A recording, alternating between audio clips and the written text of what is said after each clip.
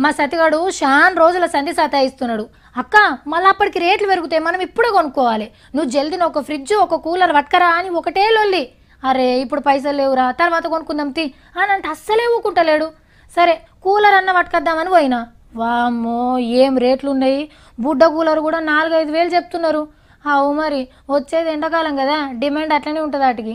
మార్చికి ముందే మాడ వల కొడుతుండే ఎండదేవుడు. పొద్దుగల 9-10 దాటిందంటే ఎండ సురుకు గట్టిగానే ఉంటుంది. ఇప్పుడే 37 డిగ్రీల ఎండ కొడుతున్నదంటే అదేమన్నా చిన్న ముచ్చట్నా? పండ్ల కోయిటోళ్ళు, ఆఫీసులలో కొలువులు చేసేటోళ్ళు ఎండగాకన్నా ముందే ఎల్లమే వెళ్తున్నారు ఇంట్లోకెంచి. ఉబ్బరం మూత కూడా చిన్నగా లేదు పొర్రి, కుండలేసి మూత పెట్టినట్టే అవుతుంది పబ్లిక్ పరిస్థితి. పగటిపూట రోడ్ల మీద పబ్లిక్ తిరుగుడు తగ్గుతుంది చిన్నగా. ఎవరి ఇళ్లల్లో ఫ్యాన్లు కూలర్లు వేసుకొని బజ్జుంటున్నారు. మొన్న చెప్పలేదా ఈ ఎండాకాలంలో ఎండలు గట్టిగానే ఉంటాయని? అంతా ఎల్నినో పుణ్యమే. 3 ఏళ్ల కిందట పరిస్థితి మళ్ళొచ్చిందట.